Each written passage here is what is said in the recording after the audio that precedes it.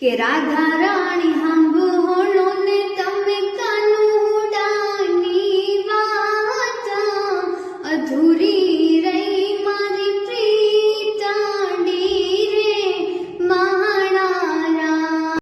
મિત્રો, આ બેનો વિડીયો ખૂબ જ વાયરલ થઈ રહ્યો છે. મિત્રો, તાજેતરમાં પદ્મા ગીતે આખા ગુજરાતમાં બૂમ પડાવી. તેમાં અનેક કલાકારોએ પદ્મા ગીત ગાઈને ફેમસ થઈ ગયા. અને મિત્રો, આ ગીત પંકજ મિસ્ત્રી ગાયું હતું. મિત્રો, આ બેને આ પદ્મા ગીતના રાગ ઉપર જ એક રાધે કૃષ્ણનું સુંદર ગીત ગાયું છે અને તેનો રાગ પણ મસ્ત આવી રહ્યો છે.